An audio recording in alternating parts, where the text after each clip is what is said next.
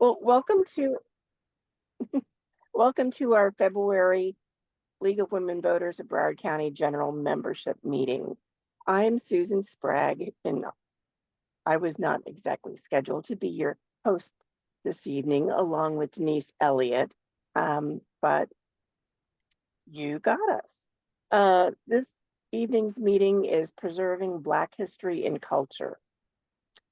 And before we begin, I'd like to remind everybody that the League will be hosting a special presentation in honor of Women's History Month at the West Regional Library in Plantation on Saturday, March 2nd at 3:00 p.m. in the multipurpose room. Past League President Jocelyn Carter Miller will be sharing her experience as a vice president for Mattel as they expanded the Barbie doll line to be more inclusive and inspiring, and will explain what Barbie has meant to girls, women, and her in her presentation entitled, I'm Into Barbie. It's free and open to the public. Information can be found at the League's event calendar at lwvbroward.org. So I thank you for joining us this evening as we discuss recent politically motivated attempts coming out of our state government to erase Black culture and history, especially the state legislature, the State Department, and the Department of Education. The panelists will elaborate on these attempts and how we can all work together to preserve this rich history and culture. Just a reminder, this program will be recorded and posted on the League's YouTube channel, and we will send out the link to all registered guests and attendees. First, I would like to thank our panelists for very generously sharing their time tonight to speak with us. So we ask that you put any questions you might have in the chat for the Q&A after all the panelists have spoken. So I'm introducing our panelists. Going first will be Katie Blankenship, and she's the inaugural director of PEN America's new Florida office, which oversees advocacy and defense of free expression, including strategies for educating and empowering writers in other communities. Ms. Blankenship will tell us about PEN America's mission, and especially about recent bills in the Florida legislature jeopardizing the integrity of higher education and equality of K-12 instruction in our state. Next will be Dr. Tameka Bradley Hobbs, who's an educator, historian, author, and activist. She currently serves as the regional manager of Broward County Library's African American Research Library and Cultural Center in Fort Lauderdale. Dr. Hobbs will speak about the library's efforts to preserve Black history and culture, fight book banning, and support Black history classes and how we can help. And wrapping it up will be Narnike Pierre-Grant, a wife and mother of 5, past PTA, PTO president, and chair of the Broward County Public Schools Diversity Committee. She will explain the goals and activities of this committee, especially in relation to preserving Black culture and history, and what we can do to support the district's DEI efforts. So we'll begin with Ms. Blankenship. You have the floor. It's so good to be with you. Thank you, Susan. So I am always thrilled to speak to the League. It is such a pleasure. Thank you for all y'all are doing in Broward and South Florida.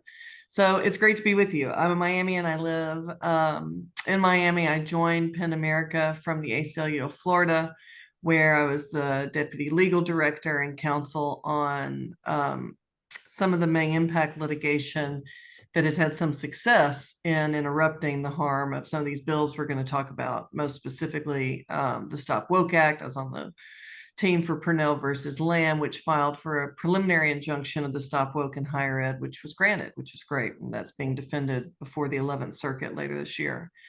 But let me tell you a little bit about Penn America. And then this is a fairly small group. I know we'll have questions at the end, but there's a lot we can talk about in Florida. There is a lot to be said during Black History Month in Florida. We should have Black History Month every month and always be having these conversations and talking about it. But there is really some very distinct harm that's happening in Florida that's based in censorship and is greatly impacting and targeting Floridians of color, especially African American, Black, Cuban diaspora in South Florida, but all the many different groups that make up our Black and Brown communities are specifically targeted. And then, as you all have probably seen and are well aware, our LGBTQ plus community.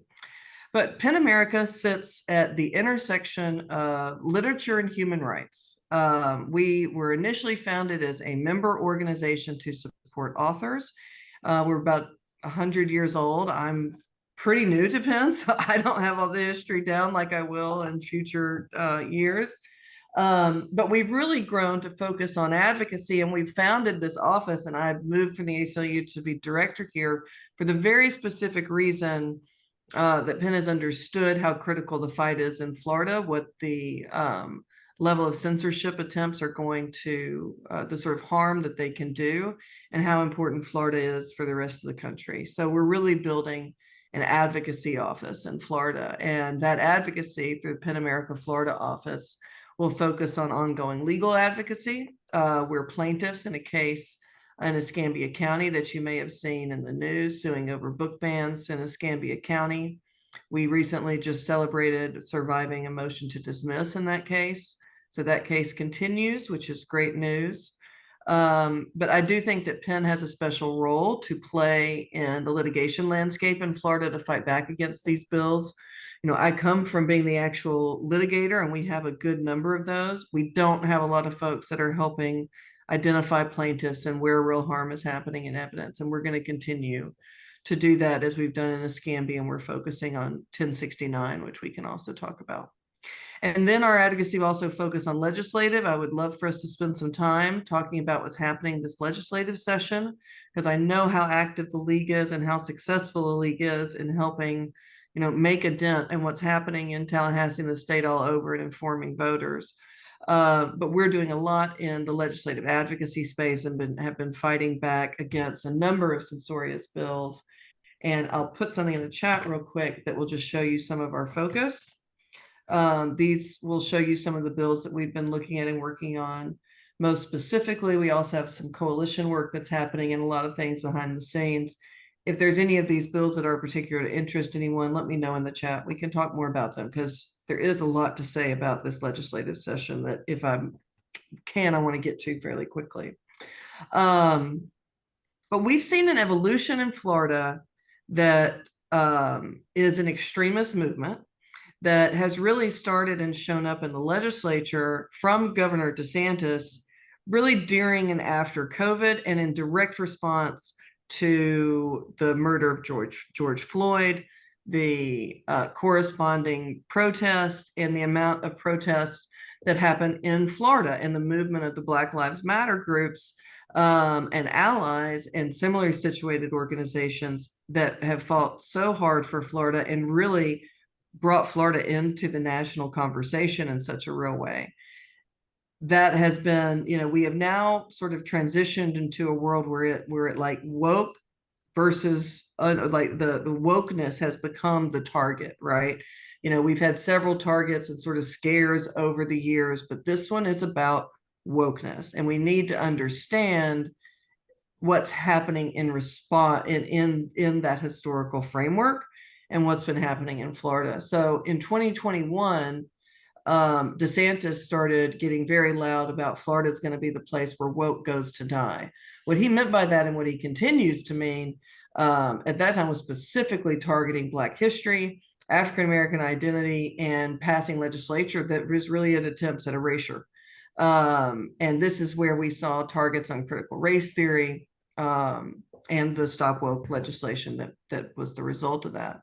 But very interesting, what happened in 2021 was the anti-protest bill, which was HB1, and was really the sort of beginning of this trend. HB1 specifically made it a crime to attend any sort of protest where there was, basically if there was any sort of violence at the event and you were there was a chance you were going to be arrested. It was absolutely to tamp down these sort of protests that we were seeing. And then in 2022, we saw the Stop Woke Act and what's also known as the Don't Say Gays laws.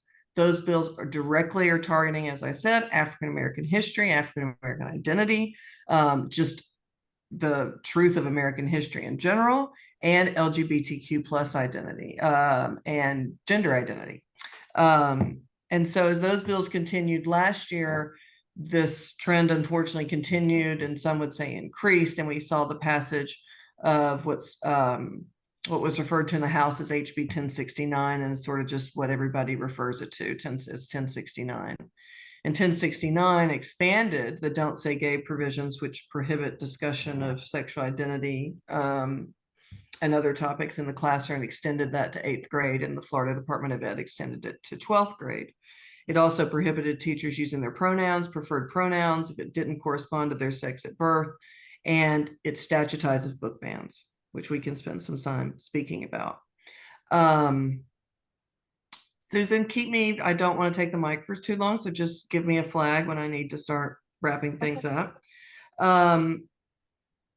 What I'd really like to spend the last couple minutes that I have talking about is, as I mentioned, what's happening in the legislative session and just my perspective right now on Florida, if you're interested, as the director of PEN America, starting this office fairly recently, but being a Florida parent and living this in lots of different ways.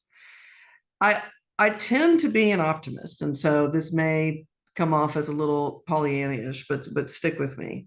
I think that there's real opportunity and reason to have some hope right now in Florida.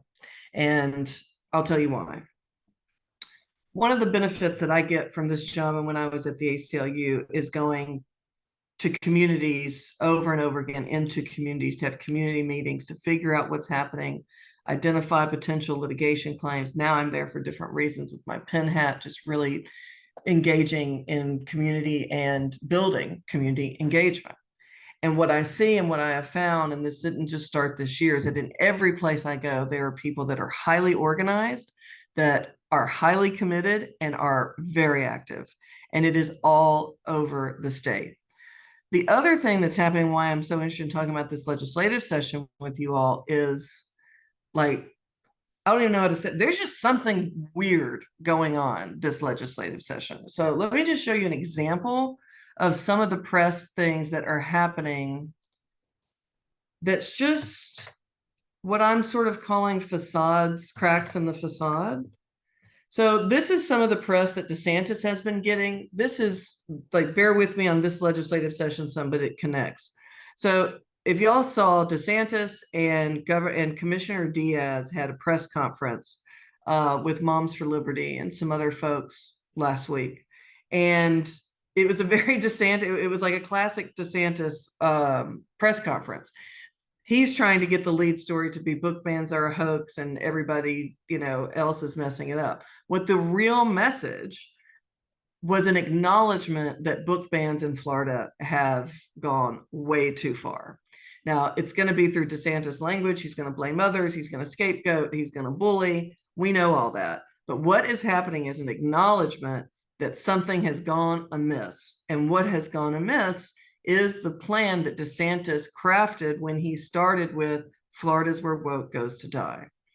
The other thing that's happening, and I get very cautious about talking about this because I believe in not waking up zombie bills, but there are certain bills that should have easily passed this supermajority that are stalling out and that are very similar to the sort of censorship that we've seen. Now, we're in the last stretch of session. Session ends on March 8th, and we'll see. But this sort of resistance that's happening to things like the defamation bill, which is an attack on the free press, undermining the standards and protections set forth in New York Times versus Sullivan, is having some trouble and getting a lot of bad press from both conservatives and Republicans across the aisle. And they're making amendments at the last minute, and it's, not sure it's going to get through committee. That's a big deal. The HB 901 bill, which is an anti-LGBTQ flag bill, has not made it out of committee, which is very, very telling, which means it probably won't make it to the floor, knock on wood. And those are just a couple. And then you really see a movement and an energy around, yeah, Ronnie, I see that. And that's why we're big, we say like, light a prayer, do all the things, light a candle, say prayers, do all the things. But the other thing, and so we've written about what's happening with DeSantis. I'll share that. You can see that. I had that pulled up to share. And you can see how we're responding to stuff like this. But I think sorry, I'm very bad at typing and pasting and speaking at the same time. I'm not going to do that. So this is an op-ed that we published recently to speak about what's happening. But when we've talked about this internally, when I've done interviews on it, when I'm speaking to partners about it, there's this question of why, like what is happening and why, and is it, like, is it all just political fodder? Is DeSantis, a lame duck? What is happening? There's lots of things. What could it be? I'm sure that's very true. There's a lot of things happening, but there's one thing that is happening for sure, and this is my final point. And the one thing that is happening for sure is that Florida has spoke up. People have been heard in Florida. The amount of press that Florida has gotten, the people being called book banners and censorers, the press that has gone out on the absolute atrocious actions of this administration to try to curb Black history, these have not gone unnoticed. Floridians, pardon my French, are pissed and doing things. And there is some of that is causing these fractures. So what we're doing here, what my co-speakers are doing so brilliantly in their work, what all of you are doing in your community, it's a scary time in Florida. It has been for a while, but it's also a very, very interesting time. And it's just a real pleasure and privilege to be here with y'all and talking about it. And with that, I will pass the mic. Thanks so much. Tameka, if you want to take over. Tough act to follow. Absolutely, yes. Thank you, Katie, for that overview. So much to be said. I'm so glad, number one, for PEN America. I have participated in sessions, but I've started more and more to lean in and follow your advocacy, the resources on the webpage. I think they're absolutely wonderful. And you all are, in my opinion, at the forefront of helping to inform the public and tell us where things are at the moment. So really am appreciative of that. And really grateful to the League of Women Voters for the opportunity to be here. Always good to be with my dear buddy, Susan Sprague. Great to see you. So for those of you who I haven't met, my name is Dr. Tameka Hobbs, and I have the privilege of serving as the Library Regional Manager of Broward County's African American Research Library and Cultural Center, located in sunny Fort Lauderdale over on Strong Boulevard. So I have been in this post for going on 14 months and really just having a wonderful, wonderful time. For those of you who may not be familiar with ARLIC, we are in our 21st year.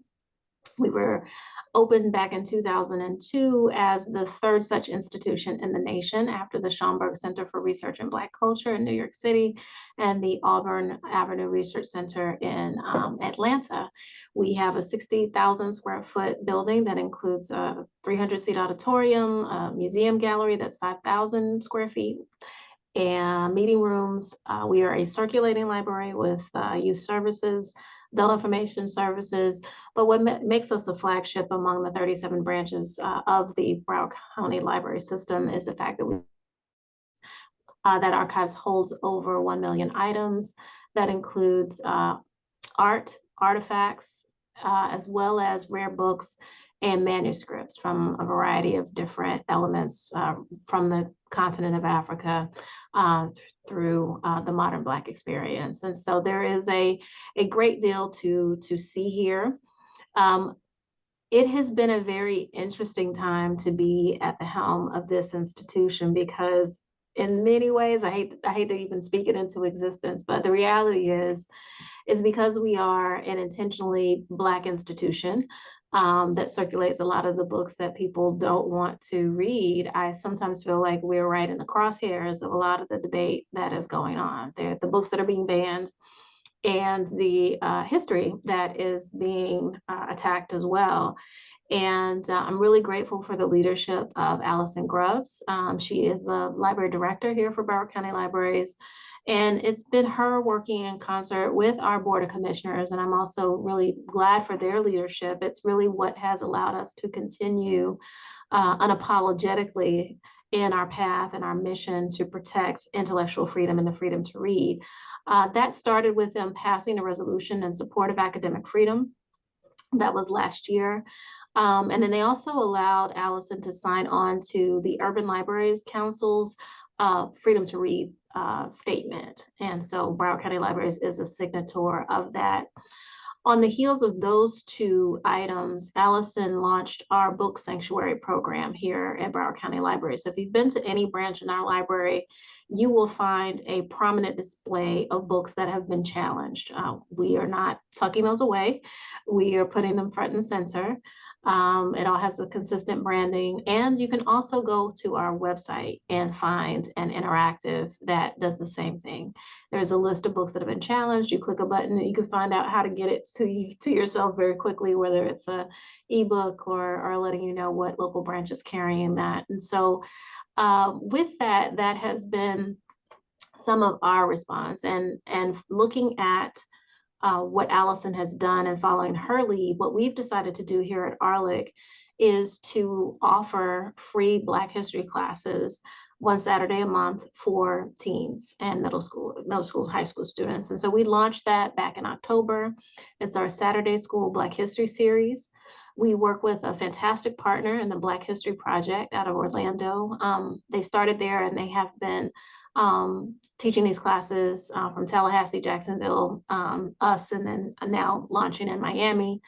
So that has been really wonderful, and we've had a really good response, and we're getting ready to launch additional cohorts of teens and adults, which there's always been a demand since we first announced this intention that adults wanted to have access to this, and we finally listened because for so many people, they either got no Black history or bad Black history.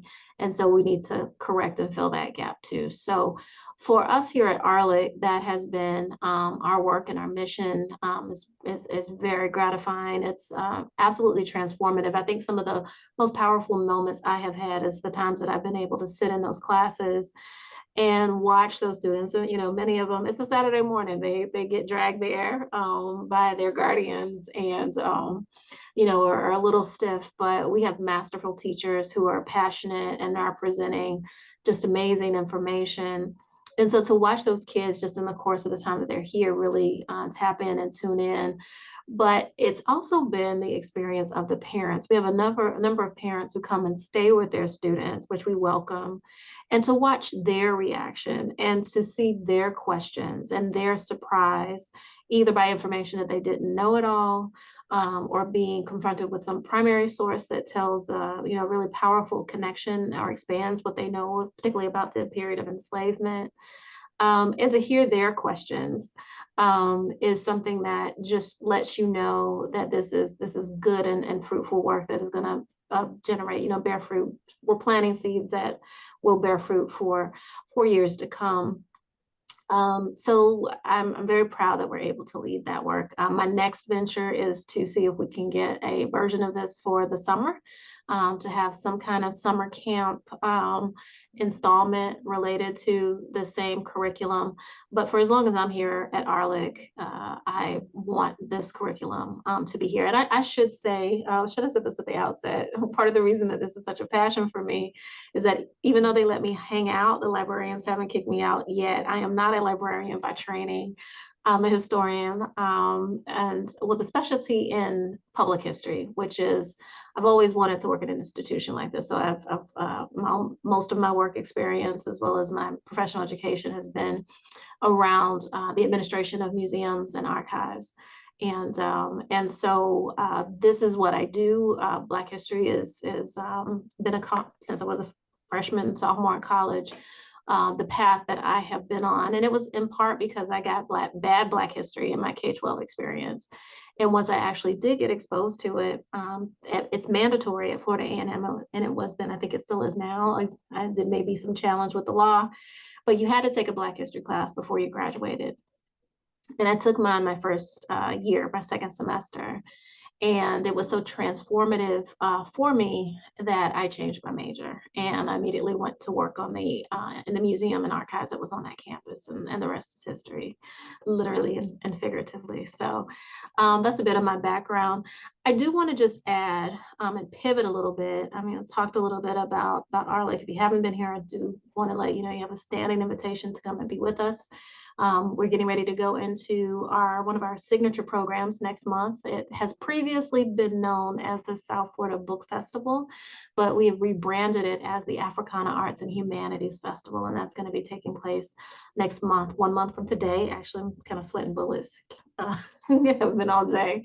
It's going to be fine. We have a wonderful lineup, but that's going to be March 21st through 23rd. I will put a link in the chat once I stop talking, because I can't, like Katie, have trouble typing and talking at the same time. But the other piece I wanted to uplift for you is my concern about how this is impacting higher ed, all of education. I sit at a particular vantage point in libraries, but I come from a higher ed background. And when I look across the hill, I was asked to give a presentation that I told my organizers, like, I almost regret that I had to do it. I watch these headlines come across and I see them, but to really dig in and to look at the depth and the intentionality behind this plan is quite chilling. And when we talk about this culture war, we have to be very honest about it. And I think as a historian of race and racial violence, that has been what I've written about. And what I track, it gives you a specific vantage point from which to view this. And as far back as 2015, when I was listening to what was being put out on the presidential campaign trail, I was very concerned about the direction that our nation was headed, because I actually hadn't heard people speak with that level of racial rhetoric, divisive racial rhetoric. I'd only read about it from politicians who were active in the 1920s and 1930s. And if you think about what race relations were then, if you think about what the power structure looked like then, it was an indicator of where things were going, and that was very frightening for me. I regret to report that all of my inklings have been proven correct. And in looking at that, what you also can see are kind of the steps that have been here. I think we can trace it. For me, it goes back to the election of Barack Obama and the specter of a Black man leading the most powerful nation in the world. You have the immediate reaction of the Tea Party coming online. You have birtherism that comes online that gives rise to Donald Trump. And then we've had to live through the Trump years. And there was another line of this too, which brings history into the fold. And it had to do with the reaction to Dylan Roof and that tragic shooting that happened at Mother Emanuel Church in Charleston, South Carolina in 2015. Because of the Confederate symbolism that was a part of his manifesto, his behavior leading up to the shooting, you will remember that Confederate statuary was in the crosshairs, and there began to be a movement to remove it across the nation, which fast forward gets us to Charlottesville in 2017, and the Unite the Right march that resulted in the death of Heather Heyer, and the injury of so many others when that car was rammed through the counter protesters. So this is kind of what got us there. I will also add to that the publication in 2019 of the 1619 Project by the New York Times. And it's going to be that really crystallized a number of things. I say the 1619 project in 2019, followed by what Katie mentioned with the reaction to the George Floyd murders and those historic protests that we saw around this country and around the nation. Hadn't seen anything quite like it. And I think for people who had been very concerned, not only about the demographic changes, but the influence out of the academy in particular of things like critical race theory, things like ethnic studies, they had been building in the background, but they really, began to be very public, very vocal, and very strategic about dismantling all of the things that led to that. Because essentially what you had and what from Barack Obama to 2020 is what it looks like, what it could look like when white supremacy is dismantled. And there is this thing called equity that we have said that we have wanted is actually accomplished. There are people who are deeply uncomfortable with the idea of power sharing with people who are not white. And we just have to name the thing for what it is. I don't want to go on about this point, but I do want to let you know that number one, the attacks on critical race theory are very strategic in that, for me, it boils down to something we call epistemic injustice. When you prevent people from naming the phenomenon that is impacting them, and that's all critical race theory does, is to really name and explore and get to the roots of the persistent nature of racial inequality in our country. And to do that, like everything in this country, you have to go to the law. And that's it. That's all really simple scholarship that is there. The other thing that is also a part of it that is a very dangerous trend more broadly is the invalidation of traditional modes of expertise. We got a little bit of taste of that with Dr. Fauci and COVID and the attacks on him. That my Google search can prove to be more informative than a person who not only has studied this deeply himself, but is supported and validated by the systems that validate scientific knowledge. That is happening in the academy. Again, another form of epistemic injustice. One subcategory of it is testimonial injustice, when just because of the way that you look, everything that comes out of your mouth or out of your pen is automatically invalidated. And we have seen this in some of this legislation that's being passed, not only here in Florida, but around the nation. It used to be, when we talk about the creation of knowledge, we relied on our academic system, peer review, tenure, all of these different processes to say that this is good and authoritative based on the input and critical evaluation of other experts. Now what you have is legislatures usurping that power and saying by name, don't read this person, don't read Ibn Kendi, don't read Robin DiAngelo, don't read Nicole Hannah-Jones, because we think they're dangerous, but we are not experts in the field at all. That is a very dangerous trend that is now being shored up by these really kind of terrible questionnaires in higher ed, the erosion of tenure processes, the silences of DEI that is resulting in the dismantling of these ethnic studies programs, gender studies programs, and really having a chilling effect. And if you haven't been following what's going on at the New College of Florida, that really is kind of a playground and a practice field for what can be happening moving on. So I'm going to conclude my comments there, and I'll be happy to entertain any questions at a later point. But thank you again for the invitation and the time. Thank you, Dr. Hobbs. And now Narnike. Wow, Dr. Hobbs, I don't know how I'm going to follow that, but I will do my best. Thank you so much to the League for allowing me to be here to talk about what we do in a diversity committee at the district level in Broward County District, Broward County Public Schools.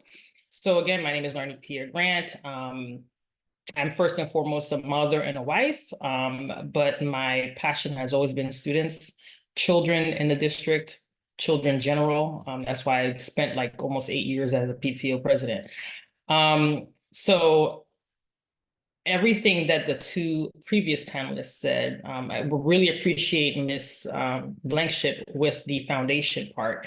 And in total, I was feeling everything that Dr. Hobbs was saying, because as a Black woman, everything she explained and discussed is felt by us. And I also want to go ahead and tell those who are watching and the panelists who are of African American descent, happy Black History. I'm not going to say month and I'm not going to say year, because we celebrate our history all the time. So moving forward, I'm going to share my screen because I just want to give you a little bit of information or context of what we do at the diversity committee. And do I just hit share screen? Because this is my first time doing it, so I don't want to. Can you guys see that? Oh wait, now I got it. I see where it says share. It's been a long day. All right, so the Department of Diversity, Equity, and School Climate is where our diversity committee is based under. And I just put a little description there. So whenever those who have the opportunity to go back and look at the video, they can kind of read. And I took this directly from the district's website and just put it on there. So the diversity committee was birthed out of a CCC settlement, which is the CCC settlement was from the citizens concerned about our children. So there was a civil rights action that was filed back in 1995. In the district, 3 orders were entered in favor of the school board. The plaintiff then subsequently filed an appeal, which resulted in the settlement in 2000. The settlement created our committee, and then we have 9 conditions to which we watch and monitor the school district to make sure that they're compliant. The 9 conditions include textbooks, technology, standard of service. The standard of service is basically curriculum, where the kids are at, pedagogy inside how they present the information at what time, and making sure that we're following state statute. Academic, advanced academics, athletics and extracurricular, media center discipline, 5-year capital plan, and student reassignment. When the committee was created back in 2000, there weren't any instruments for the committee to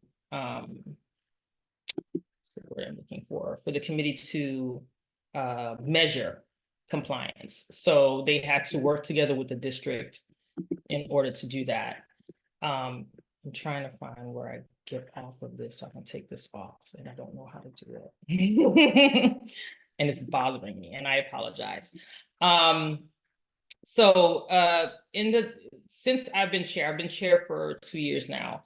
One of the things we do to measure all of this is we go out to schools. We pick schools, we meet as a committee in the beginning of the school year. We go through the district and we try to pick schools across the district so we can get in my opinion, a diverse look at all schools. So we look at schools in impoverished areas, we look at schools in affluent areas, we look at schools in areas that are mixed, so we can get a full look at how those 9 conditions are being assessed or presented or given at the school. So the goal is to make sure we do everything in an equitable fashion.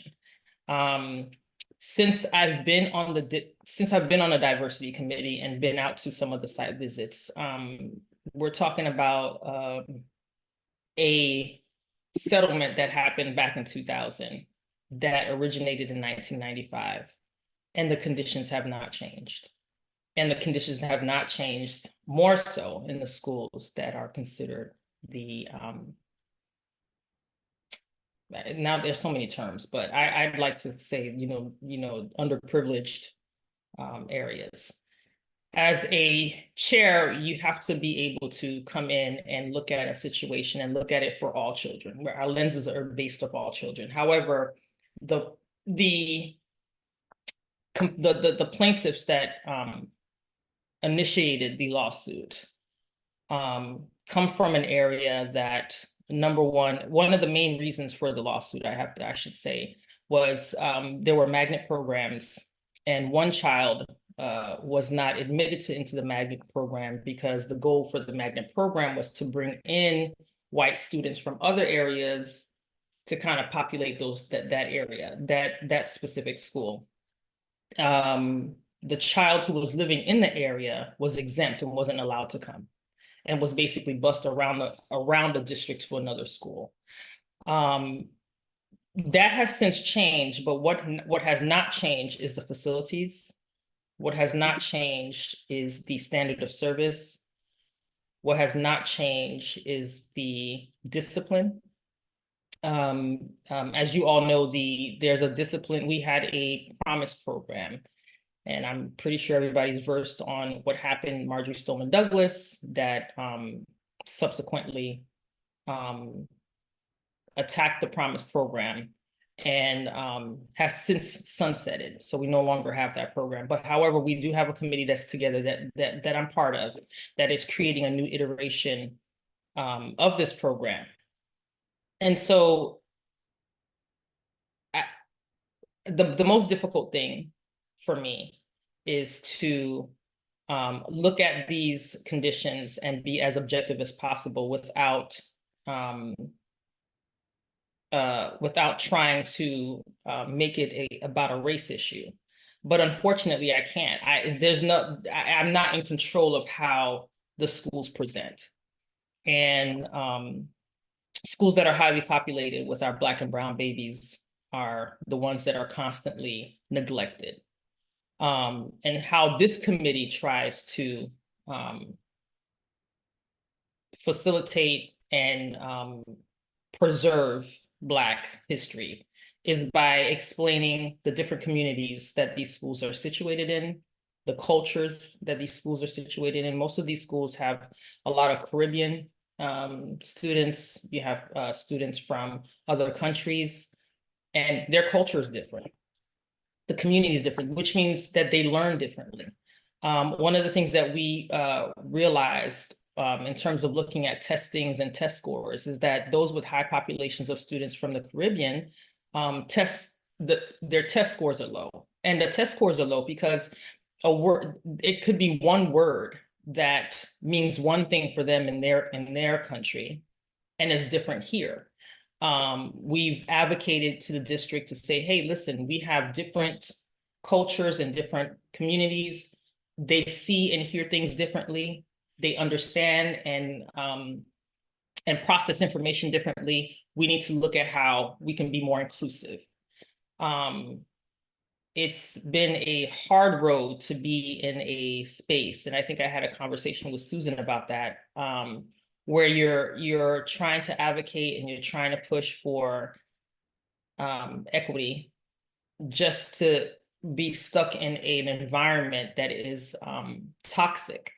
And the district is really a very toxic place, especially in the higher levels. I think many of those people are accustomed to a certain status quo, and they're willing to just foster that and not look outside the box. So when you have people who are people like myself who are very vocal about that, you're not met with a collaborative spirit. What you're met with is resistance. And so being in this space, I've learned a lot in terms of how to maneuver myself within that environment, but it's in a place where you're stifled and you're always trying to be strategic or intentional. And when it comes down to kids, I don't think we need to be strategic and intentional. If we're putting kids' needs first, all of that should come naturally. So we are working very hard, very diligently. We had a site visit today at a high school that has super low test scores. However, they have a high graduation rate. And learning from that principal, they are doing things, trying to work outside the box by providing the students with more resources to technical schools rather than the traditional route, working around the system to provide what they can with for their students. But it's very disheartening that they have to do those things rather than it being something that is part of the organization. They're having to be creative in order to get their students who are not proficient into a space where they become proficient. So the goal for this committee is to try to provide a standard or create a standard for the district to recommend, because all we can do is recommend. We can't force them to do anything. I think a lot of people think that the diversity committee has certain inalienate rights to kind of get them to do what they want. But again, if you read the settlement, it's just a settlement, and it's not something that we can enforce. What we can do is just recommend. However, the diversity, equity, and inclusion piece is a little tricky since the law has been changing. There's a lot of, we have to maneuver ourselves in different ways so we won't make it something blatant. I was just at the school board meeting. That's why I'm going last because I was supposed to go first. And we had the group Moms for Liberty was there, and there was a resolution, and this resolution was for children with special needs. It was just a resolution to activate voices for children with special needs. And it was authored by Debbie Hickson, who herself has a child with special needs. And she gave a little bit of backup of history about why it was created, because at the time they were using the word retarded, and this was a way to kind of change that and move from saying that term and move to something else so we can be more inclusive. Because when that resolution was created, there was sources that were used in order to provide context and where they got this information to create this resolution. One particular part in it had something to do with LGBTQ children. And the Moms for Liberty group came in and were like, well, we're over-sexualizing our children, we're this, that, the other. And it became something that was supposed to be so tender and precious, because there were students in the audience who came and spoke who were special needs. And it turned into something that was just ugly. Same thing for Black History. We had one board member who highlighted the fact that there has only been 8 superintendents who were Black since 1950. And 18 assistant superintendents who were Black since 1950. And the purpose for him to highlight that was to say, we want to express our Black excellence in Black History Month. And we're constantly barraged with other sides coming in and making it look ugly, or making it look as if it's insignificant. So it's very difficult for me many times when I am either giving my report or at a meeting or at an event that requires my presence because of the diversity committee, to not talk forceful and vocal about African Americans and what our contributions are and why it's important that we highlight them. I believe the district in its totality, we are 40%. Black students are 40% of the population of the district. Broward County has since become a minority majority county. And we're constantly being, in my opinion, harassed by just wanting to be, highlighted, by just wanting to say, we are here and we contribute, and we're part of this community. And so I appreciate the League of Women Voters providing us this platform to discuss the preservation of African-American history. I was also on they had a whole day of the African-American task force at the state level was presenting the curriculum when they changed everything around. And I think what was the most upsetting part of being part of the presentation was, one, they allowed us to kind of talk into chat groups and talk about certain things while they were presenting. And then they cut off the chat groups because they realized people were like, well, wait a minute, why is this and why is that? And I think the most upsetting part, and I don't know if Dr. Hobbs would concur, is when they use Black people to present information that is false. And I guess to make it more palatable or see, this Black person agrees that we don't have to talk about, slavery. That was the most upsetting part. But I sat through it because I wanted to really understand. I honestly was giving them the benefit of the doubt, trying to see where, in what space did they feel that was something that was appropriate, and nothing. I don't know how you can say that slavery was beneficial. I don't know how you can say that, well, we can't talk about that to make people feel uncomfortable. I don't know how by talking about the past is indoctrination. If you don't know your past, you're doomed to repeat it.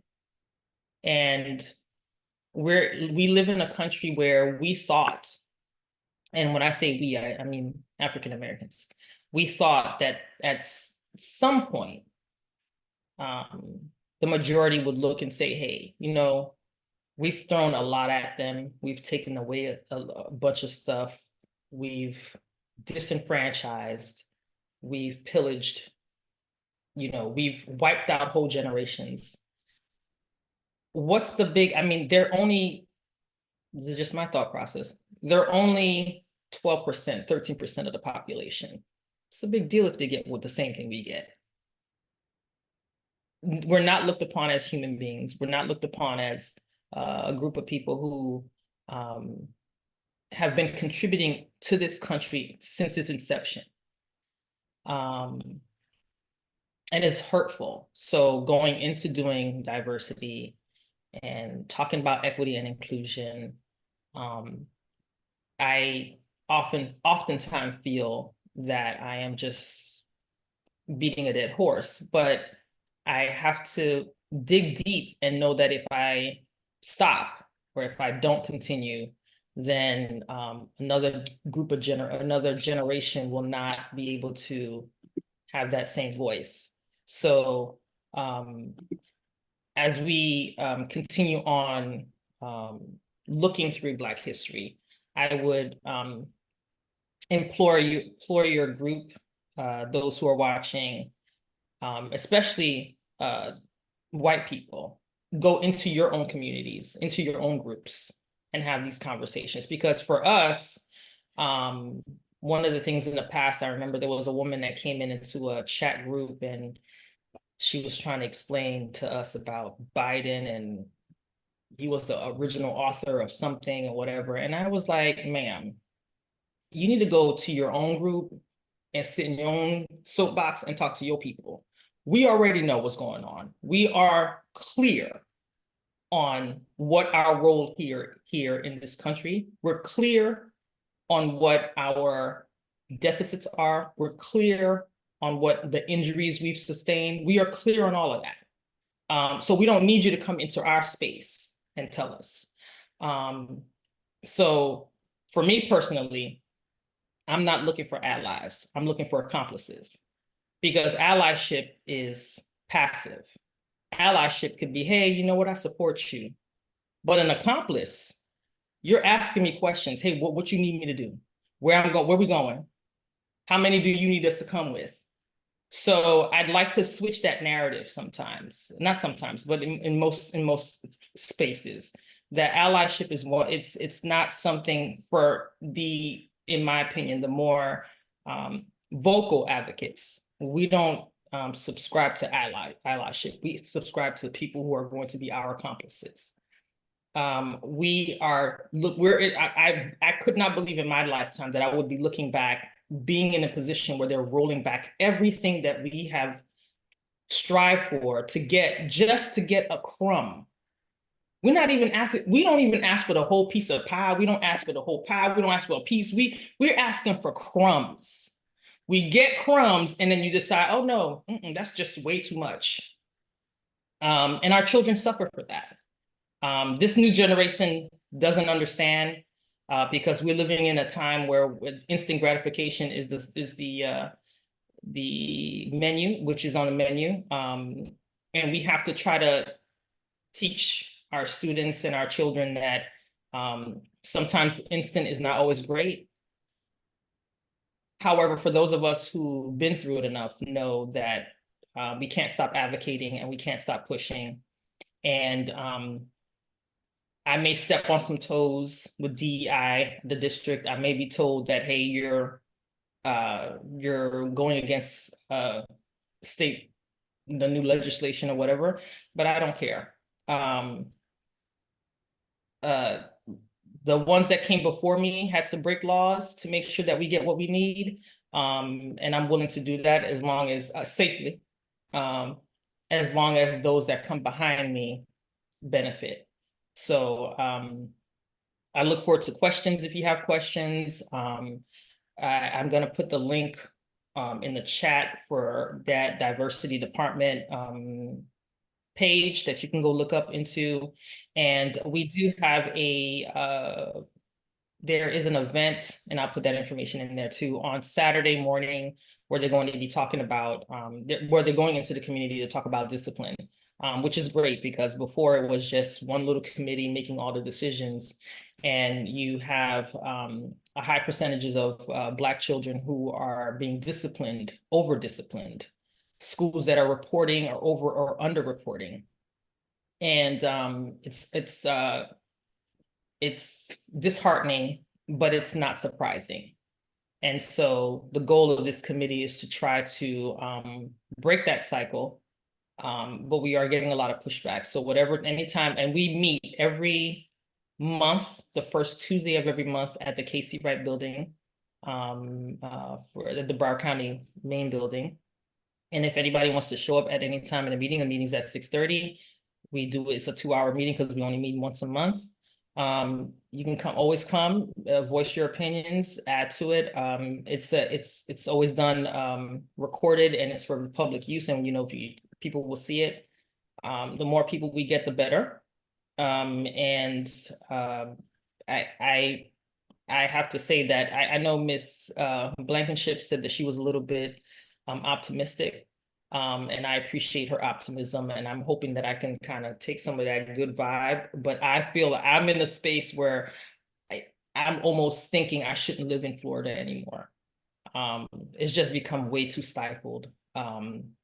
The attacks on books in the district is abhorrent.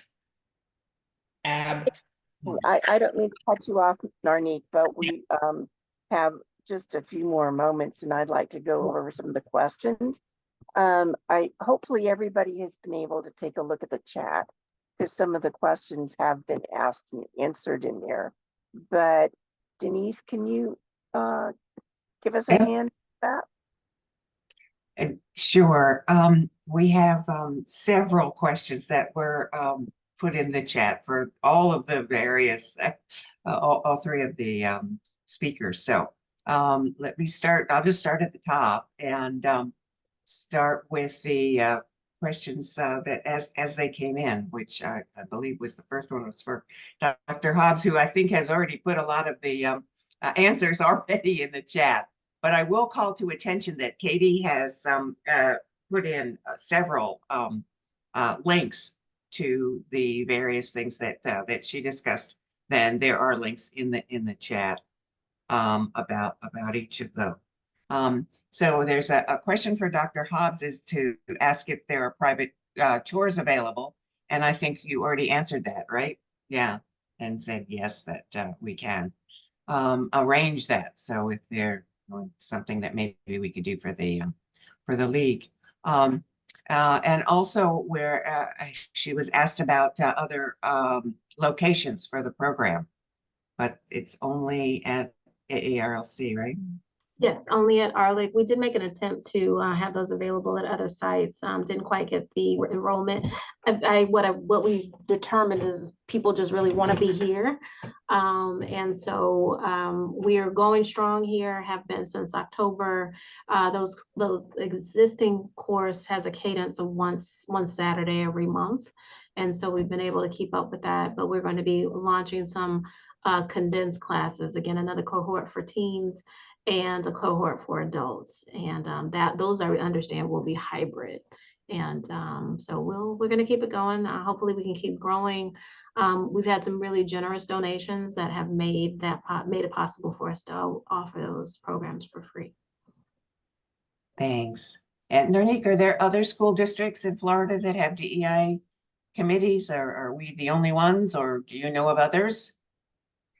I believe Broward County, no, sorry, I believe Miami-Dade and Palm Beach do have DEI. I'm not sure if they have committees or task force, 'cause those are two different things. With the committee that was created by the CCC settlement, we are bona fide, and so we can't get sunsetted, but the task force can. So I know that they do have them. I'm just not sure if they have a committee or a task force. Shia specifically asked about Volusia County. You wouldn't happen to know about Volusia County, right? I'll have to get somebody from Volusia to help you with that, Shai. The classes that are offered, do they focus on Black history, or they focus more on the Black history of Florida, or on Broward County specifically? For Broward County? Yeah. I think that was for the Saturday School series. That is a more general, high-level overview. We are working to integrate more local history. We talked about tours. I'm trying to get them up to our special collection so they can take a look at some of the things we have in our vault.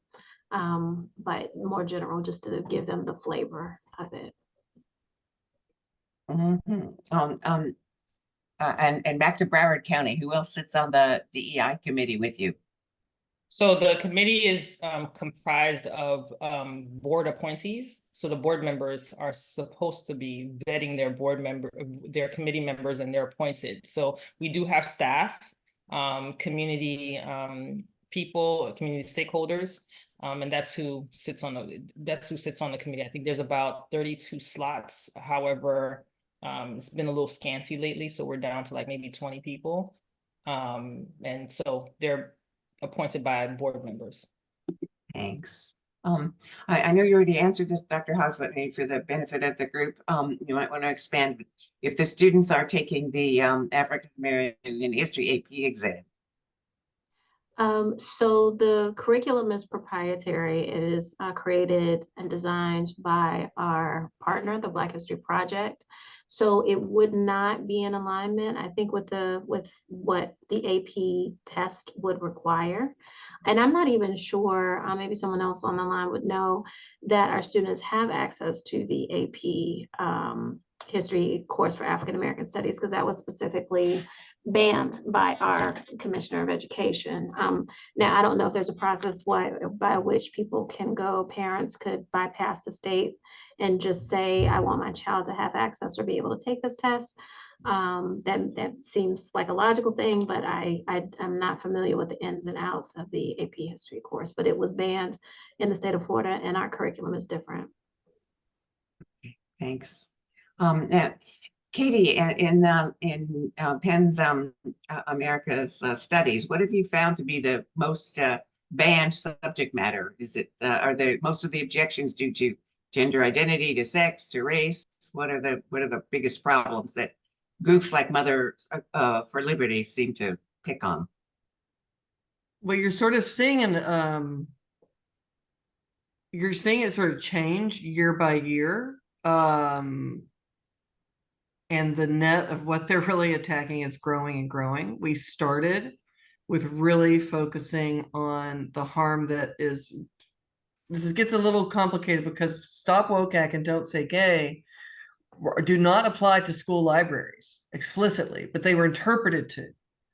And teachers were given instruction to not violate Don't Say Gay and Stop Woke and media specialists. And so then you saw all these objections with the initial wave of book bans that were very much because of the culture of fear and discrimination of these bills. And so the objections were mostly race-based. They were really, I mean, you would see things in our Scambia case. We saw objections on books that literally would say Black protagonist indoctrination. I mean, it was that blatant and horrible, and has continued. And then the focus really didn't shift, but just unfortunately grew to really include LGBTQ plus themes. That sort of happened hand in hand when people were making individual objections based on that were race-based objections. And now you see what's sort of like the sex scare, right? They're really, so a lot of what's happening is book banners do not like to be called book banners, right? Races do not like to be called races. White people do not like to talk about white privilege and the existence of all these things, right? And so when the legislature would get all this press focus and be in the public eye, all of a sudden their target changed. But I think that's a really dangerous way to look at it. Their targets don't change. They really are targeting anything that is disfavored by DeSantis and this legislation and this supermajority, and that is LGBTQ plus community, Black and brown communities, people at risk with, financial issues and being below the poverty. I mean, it goes on and on and on. If it doesn't substantiate this power structure that they have, it's disfavored. So as things have become less popular, right? And this is always like, we could go back to talk about the long Southern strategy and how everything is working. This is all the same tactics over and over again. They just change their language because all of a sudden they don't get the same political points for it. So I think the target's been the same, but you do see the sex scare right now, which is the reason that you saw Escambia and Orange County just pull thousands of books that were not based on objections. That's the school board acting. That's because of what the messaging they're getting directly from Manny Diaz and the Florida Department of Education. And so they've just expanded to go into this all sexual conduct thing. And it's just them, again, running into different terms and trying to create this, umbrella of censorship against, everything, like I said, that's quote unquote disfavored. Yeah. And Katie has asked, did the initial CCC settlement include any time limitations or review requirement or legal compliance requirement for the conditions to be equitable for all students across the district? No, it didn't at all. It's up for interpretation, and there's a lot of the Broward County will, and there's one part shall, so there wasn't any limitations or time frame. However, we are a little bit concerned because the district council has now asked to pull all of the CCC settlement stuff from its inception until now. She wants minutes, she wants motions, she's trying to ask for all this information, and we're just kind of concerned that there is an ulterior motive because she is the attorney that wasn't initially on the case, that was in the case back in 1995. So, and she crafted that settlement. So no, right? And have you seen any Broward County Public Schools that can be models for how students can accomplish what DEI committee focuses on? Are there any stars in our district? Prior to Governor DeSantis's legislation, there were, and those schools are no longer doing that. Mhm. That's kind of scary, isn't it? When our district book ban committee meets to discuss challenged books, one of the board members uses their phone to record the discussions. So maybe we could learn a little bit more about that from Margie. Susan has put the contributions or how you can contribute to the African American Research Library and Cultural Center through the Broward County Public Library Foundation. The website is in the chat, and the PEN website, PEN America site is also in the chat. Are there any other questions that we didn't? I would get just to? say that both of these entities are nonprofit organizations that need our support to be able to continue their efforts to protect our culture, history, and our right to free expression. So we put that in there, but we're certainly appreciative of our panelists. I know we could go on for much longer, but we are trying to be respectful of people's times. But thank you to the panelists and the guests for attending tonight. And we would like to say thank you and good night. Can I And have just one thing I would love to flag for this group very quickly? There's a proposal being put forward and managed primarily under Republican influence to create what they're calling the Florida Museum of Black History. It is completely incongruent. It is alarming, concerning. I gave my professional opinion to the task force that has been formed to move this forward on Monday. That recording is available, but I do invite, if you're concerned by the things we're talking about in this conversation tonight, I would ask that you take a look and voice your opinion on this topic as well. It's deeply concerning. Again, very incongruent with everything else that's been coming through this legislature. And yeah. is there a particular place to which we would voice our concern? So what I would say, I'm going to look it up for you here so I can put the link in the chat. There is a survey that they are putting forward. But I don't know that is not, and my whole point about this is that this process, even if they were serious, is so unprofessional and non-standard. This is not how you start a museum project. And so that survey that they're putting out is not really going to result in anything. I think you should be writing to the members of this committee directly and to your legislators to let them know about your feelings with regard to this. Which committee is this again, Dr. Hobbs? It is a special task force. The link is in the chat. It's it's being governed by the Department of State, but it's the Florida Museum of Black History Task Force. If you search for that or you follow the link, you can see the legislation that created the task force, what they're charged with, and at the bottom you can see all of the meeting agendas and recordings of all of the meetings to get a sense of what's there. But these are individuals who've been appointed by the Republican head of the Senate, the Republican governor, and the Republican head of the House. It is ill thought out. They didn't even fund a feasibility study. There's so many factors that go into this. One of my main arguments as a member of the Florida African American Heritage Preservation Network, which includes over 30 institutions, is that there's not a single Black museum or cultural institution in the state that is self-sustaining at a high level. But they're planning to bypass that, create this thing, and expect it to be self-funding at some point down the road. Wrong, wrong, wrong. I could go on, but I won't. Thank you for letting us know about it. Thank you. You're welcome. And we thank everybody for attending and hope to see you soon. Good night. Good night. Thanks again for the invitation. It was great to be with my co-panelists. You were excellent, both of you. Absolutely.